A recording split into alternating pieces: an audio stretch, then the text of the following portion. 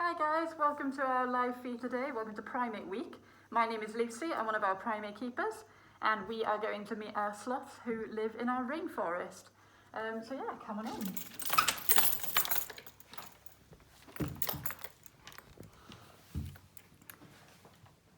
Okay, so this is where our sloths live. So there they are. We have two sloths in there. Mr. and Dame Jingles. So this one looking at you right here is our female, that is Dame Jingles. She is 8 years old and will be 9 this year.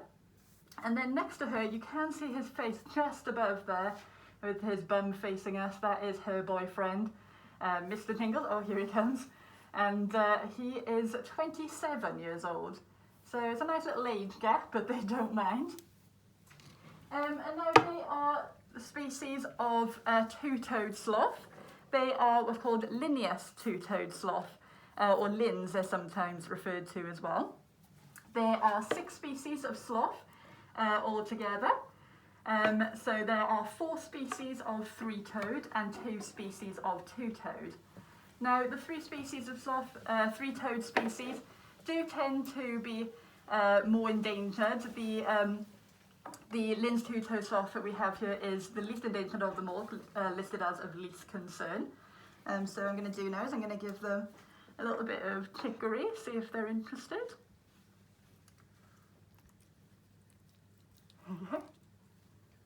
Could you just explain to viewers back home who are watching why we have the face masks on, please? Yeah, so our sloths live in, as I already said, our rainforest. And our rainforest houses many other species, not just the sloths. It houses lots of monkeys as well. And we do have a lot of PPE that we wear, so we always dip our feet and wear gloves anyway, dip our feet in disinfectant, and we wear gloves anyway when we're feeding.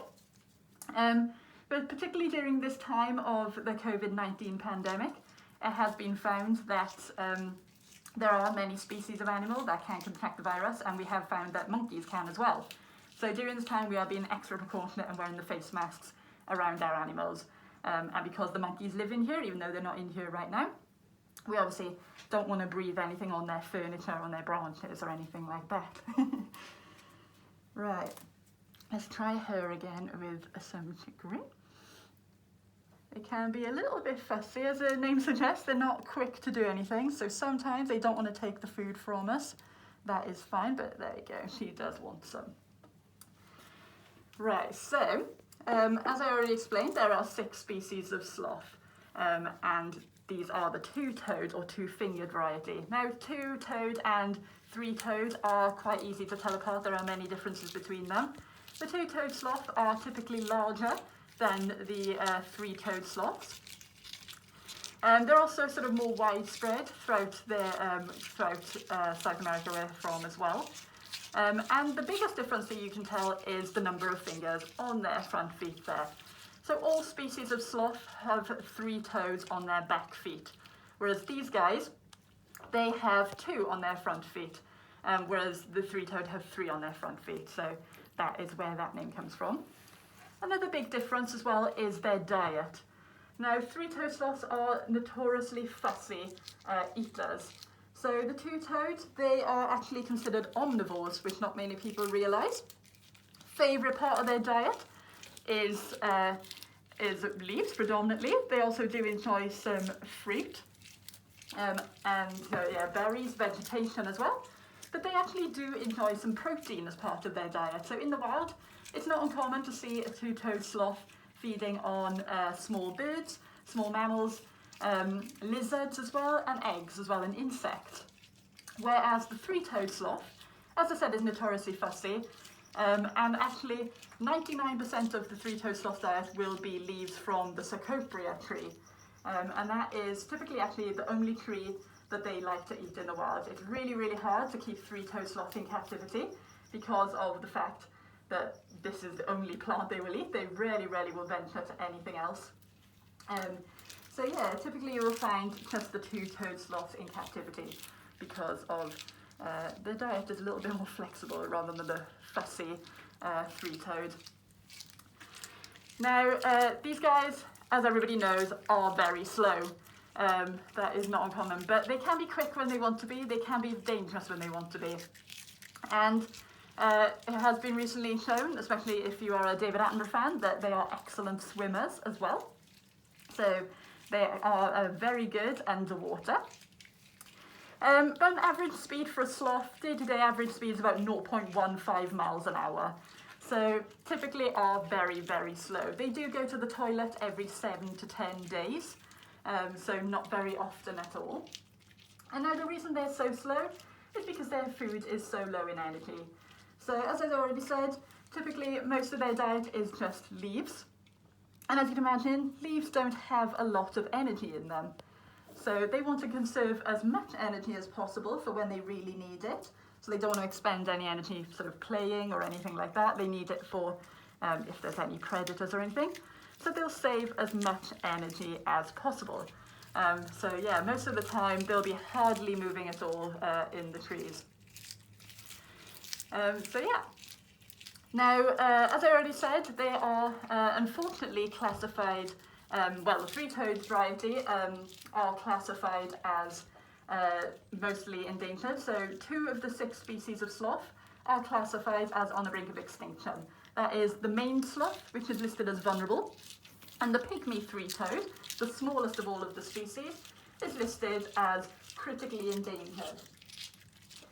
So what this means is the reason for that is actually they're only found in one part of South America, just an island off the coast of Panama. They are really, really struggling.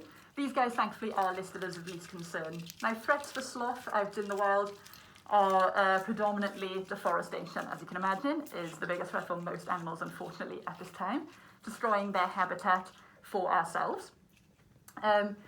So unfortunately, they live in the trees, so if you destroy the trees, they have nowhere to live. So that does mean that they have to come down to the ground where their predators are. And actually, along with this, in recent years, there has been a massive increase in number of road traffic collisions as well. So the sloths are having to come down to the ground to try and find a home somewhere else where their homes have been destroyed already. And are actually getting caught up in road traffic collisions and getting hit by cars. Really, really sad times for them at the minute. And unfortunately for them as well, the pet trade.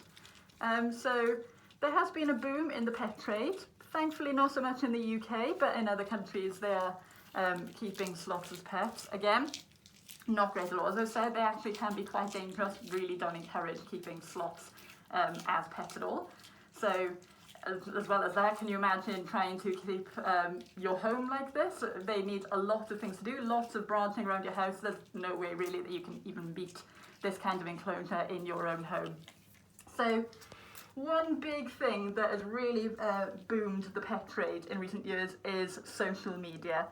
So if you are on social media and you see sloths and they are dressed up in human clothes, being kept as what seems like a sort of a pet environment in people's homes, that we really ask that you just ignore these videos. So if you're even just sort of even putting a negative comment on the video is really, really bad as well. We really don't want to encourage that because that actually will get sort of more people watching them. So yeah, if you put a negative comment up, it appears on somebody else's newsfeed who then might actually want to go and buy a sloth. So the best thing to do is just to ignore the post completely. That will be the best thing for them. As well as that, yeah, the vast amount of space. So this is their enclosure right here, their main house, but they have 2 other areas as well. So they also have this area by here, which they can go to. There's another big enclosure, what we call our extension, and they have an outside enclosure as well. So they can go outside when it's warm as well if they want to. These guys, they are nocturnal, so in terms of looking after sloths, it's not too difficult in that respect, I guess. During the day, first thing in the morning, we come in and check them straight away first thing, make sure they're okay, everyone's well, no wound injuries that could have happened overnight, anything like that. We take all their old food out, so there's no old food lying around that could attract flies or anything. And we check on them several times during the day as well. These guys are nocturnal, so they are not awake during our times. When we come in, they have gone to bed. So we really don't want to be fussing around, stroking them, paying them too much attention or anything like that, because they're going to be pretty tired because they've only really just gone to bed. In the evening is where it all happens, really. So in the evening is sort of, as you can see, the brightest time for them when they are starting to wake up. And this is when we put all their food out for them. We don't give them any food during the day. We chop it up now and then put it out sort of later in the day, so about 3:30, 4 o'clock is when we put their food out for them, because we want their food to be as fresh as possible for when they're most active during the evening. However, we might not be here during the night, but we do have nocturnal night vision cameras to watch them. So there are cameras in this enclosure so that if she is pregnant or anything like that, or we believe to be, we can look back, see if there's any mating, or if we come in and they might have had an injury or something like that, then we can look back as to what may have happened overnight between them. And because, they do share this enclosure with two other species, two species of monkey and also a species of armadillo as well. So it can be all going here, but they generally don't bother each other too much. So because the monkeys, they have the whole enclosure during the day, they put themselves to bed at night when the sloths are most active, and then they have the whole enclosure during the evening. So it works really, really well as a mixed species enclosure. And then the armadillo has the whole floor to himself as well, so nobody bothers him down there. Yeah. Awesome. And can you adopt these guys at Paradise? You can. We do offer a sloth adoption pack, so if that is something you're interested in, then you could adopt these guys. You get a lovely little gift pack telling you a little bit about sloths and a few gifts in there as well. And you also get your name up on a rainforest board with all of the other adoptions where people have adopted the monkeys and things like that. You can also meet the sloths if you want to. So if you would like to come in and feed the sloths for yourself, just like I have, then that is something that you can do as well. And you get to meet our armadillo at the same time as well. You unfortunately don't get to stroke them. As I said, they are not an animal that we have an interaction with on that case, but you do get to hand feed them and get to see the sloths nice and personal up close.